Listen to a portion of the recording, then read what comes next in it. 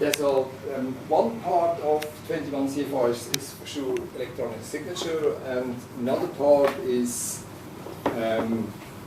safety of data, and one part is are the log files. So log files is more about how did I got to the results I have now.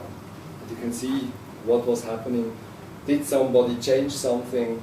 And also there you have really sometimes to fight with especially if the QA or QC department is LC.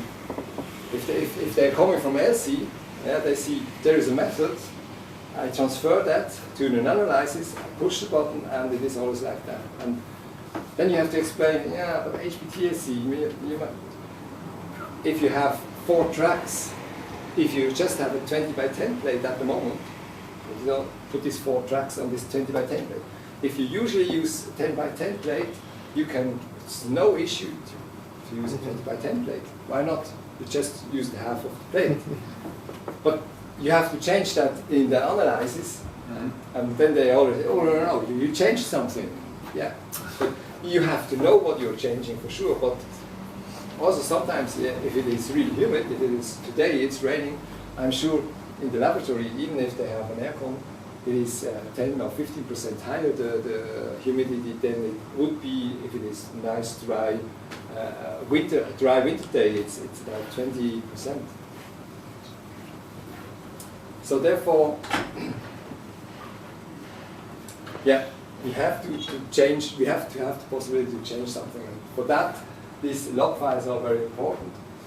So there is a system log, usually, that records what we are doing in the system. Means somebody logs in VisionCats or in WinCats, a new user is generated, we close the software, or we do something in the user rights, we change some user rights. This is in the system log. In WinCats, every day a new system log is generated. In WinCats. In VisionCats, you have one huge log file, which is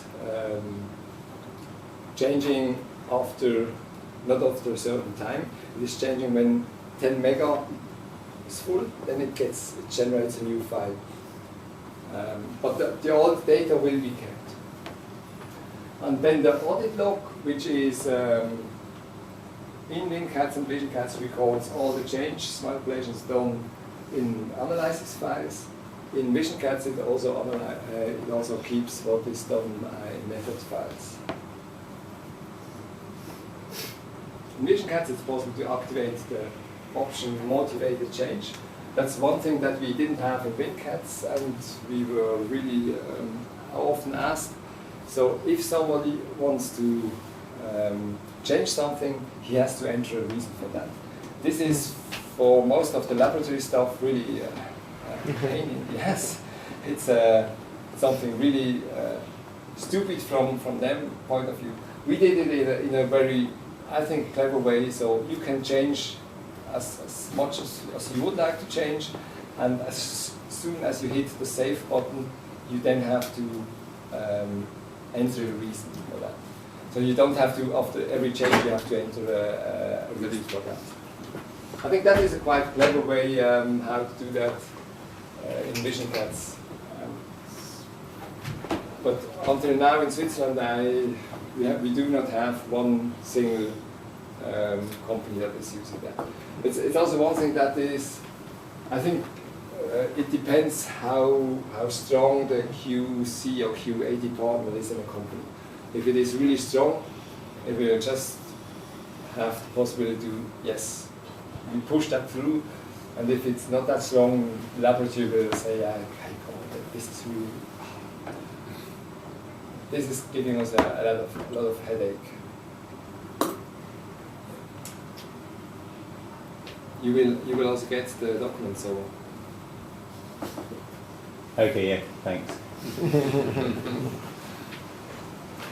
So just to show you quickly the differences. So this is the system log for WinCats here. This is the system log for VisionCats. the ones who were last week that we were looking into it. So here you have some nice possibilities. So you can really say, give me just login information. So you just get the information about the person that logged in. You have here the possibility to say, give me just over a certain date the information. And here you have a search button, so you could, or search field, so you can enter a name of a certain person, then you get all the activities that a certain person performed in Vision Cats. And here you have no search at all, so you have just per timestamp in order of execution, you have this information.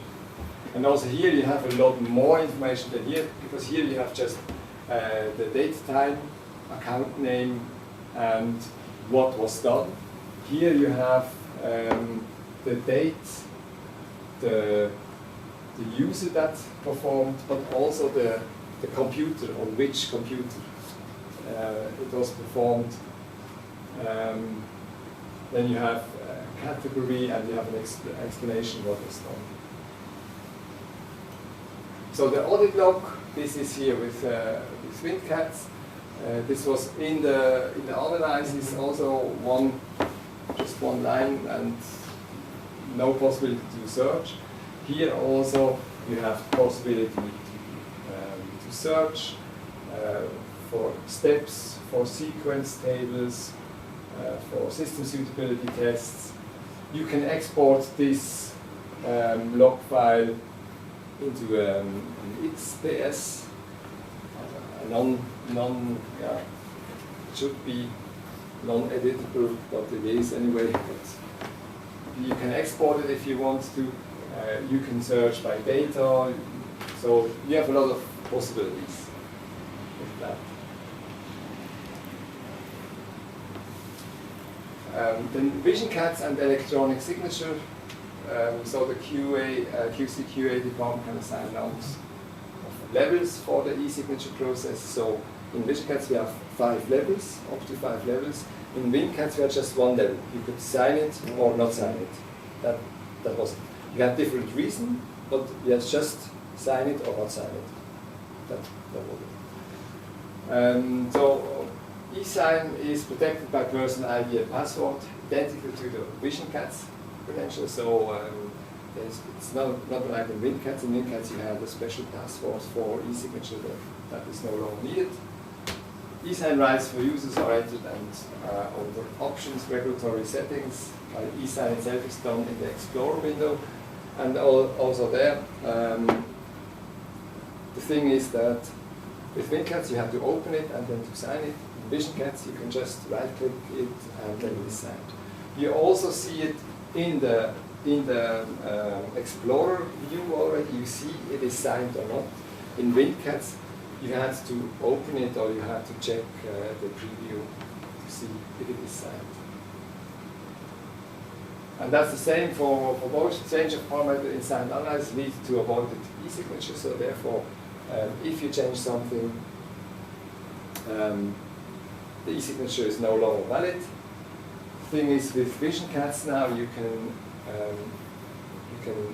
protect it in terms of you can set it in a read-only state. So you can't change anything.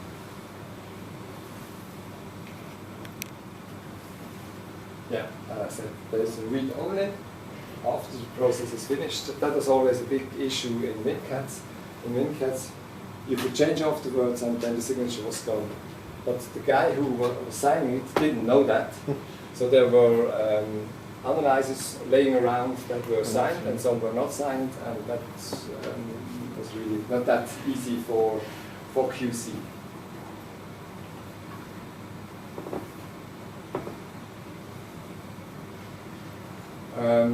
Yeah, I'm mostly for just to have the complete sign, complete picture here. I added this setup of the levels. So here we have 2 levels. Yeah, that should be laboratory head and laboratory. So here that seems to be a smaller company. These 2 they have both full, and this is just a laboratory guy, and this is would be head of laboratory. So we have 2 levels here.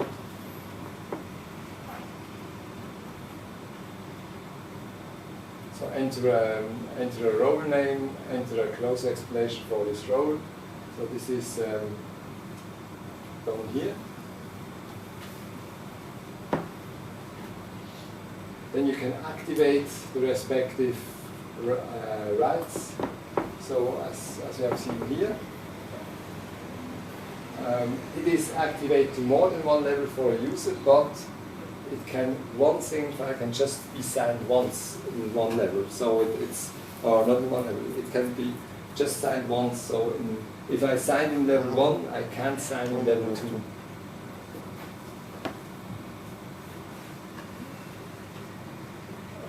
So signing an analysis or a method or also a comparison file is quite easy. Choose e-signature when you right-click. Here it is e-signature. And then you get this information here, pre-filled the user that is logged in. But it can also be like in WinCats you had to enter always as the user that you're signing. And here now you can enter, if the guy from the library tells him, oh, can you quickly come and sign it, then I can go on with working. He can be logged in as the laboratory guy, but can sign it with his own password and his own ID. And you can enter a command if you want to. So this is a lot more comfortable to work with it. But as I said, there is a lot of work in there, and not a lot of companies are really doing it at the moment. So the result of signing is in the WisionCats Explorer. The file will be shown as signed. So this one is signed, but not finally signed. If you go mouse over, you will see that the first level is signed. And then if the final level is reached, so here there are 2 levels, you get a little tick box on it, and this tells you now, okay, it is signed, finally signed. The entry in the log file is then, you see here, comments, test, final signature to labo head did sign it on the 2nd level. And on the first level, the users CM471UB did sign for the first level. So just quickly through WinCats, the same thing.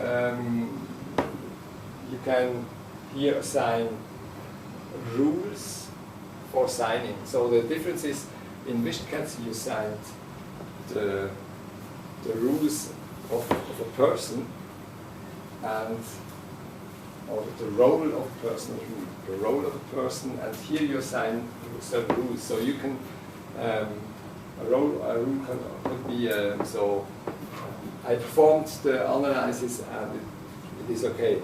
The second one could be I checked, yes, the results are okay.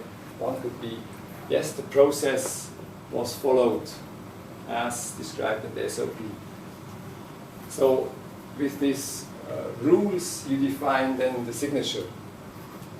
And with WisionCats, it was more that you defined the role that this person that is signing is playing in the company.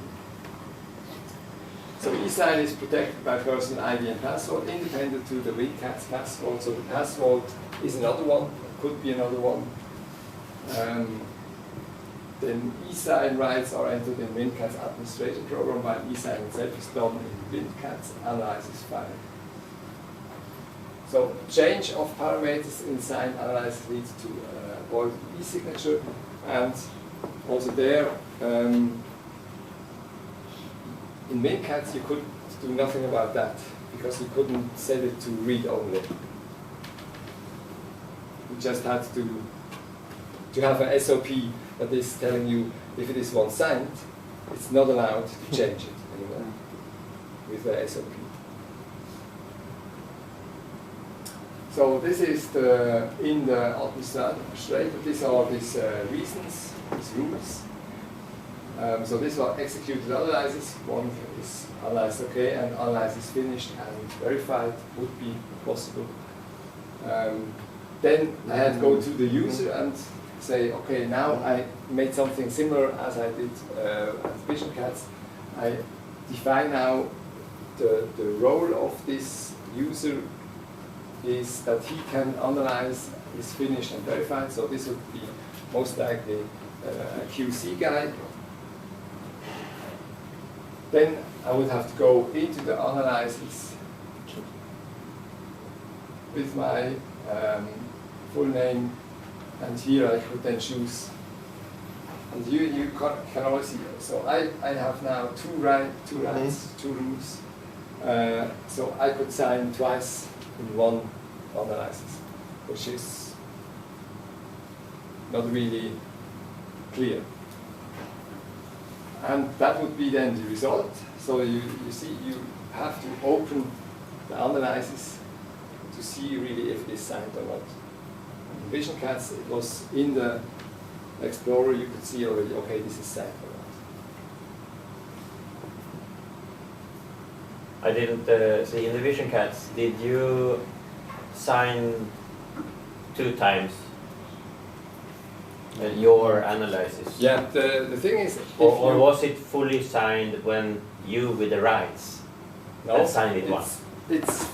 So you define the levels. So if you define 2 levels, it is finally signed when you reach the second level. So if the second level is signed, then it is fully signed. Yeah, so you still in the Vision Cats, you had the full rights, but you could you run your analysis and you sign it, it's run, and then you check it and sign it again. Yeah. Yeah. So it could be, if you have 2 levels, usually it is the guy who is doing the analysis. He is at the end, he says yes, finish, everything is okay, I sign it from my side. Yeah. And then he tells his boss, hey boss, everything is fine, you can sign it, and then we can release the batch. Yeah. And then he is signing it at the second level, and then you see this tick box, and with that, you know it is finally signed. What he can do then is, if he has the sufficient rights, he can right-click on the analysis and set it to read-only. Could you, with the setup you had done with Melanie and you had the full rights, both of you, could you set up that you were not allowed to fully sign an analysis which you yourself have done? Yeah, sure.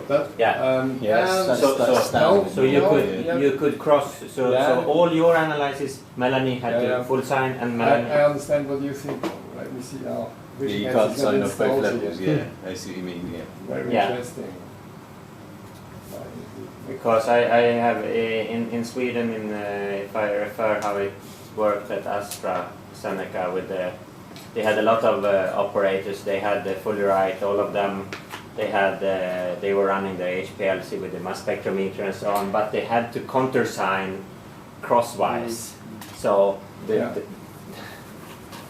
and they had set up in the SOP the way of doing it, and in their external computer program, because I mean that's very important input. You can't set up that you cannot sign your own work. That's not possible.